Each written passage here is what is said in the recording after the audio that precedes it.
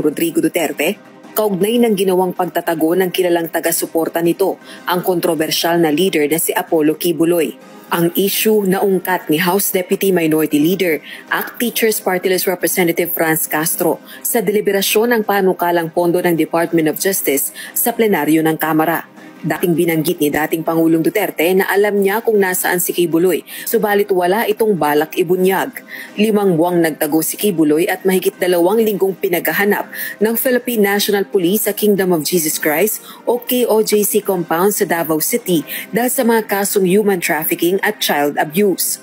Dahil sa kanya pong pahayag, publicly, sinasabi niya, alam niya kung nasaan po si Pastor Apollo Kibuloy, pero ayaw niyo po itong sabihin dahil ito po ay isang sikreto.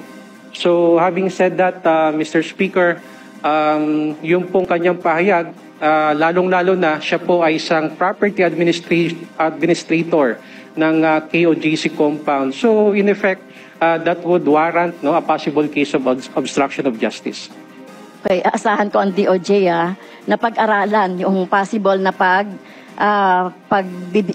pagkasampa ng case against former President Duterte for obstruction of justice.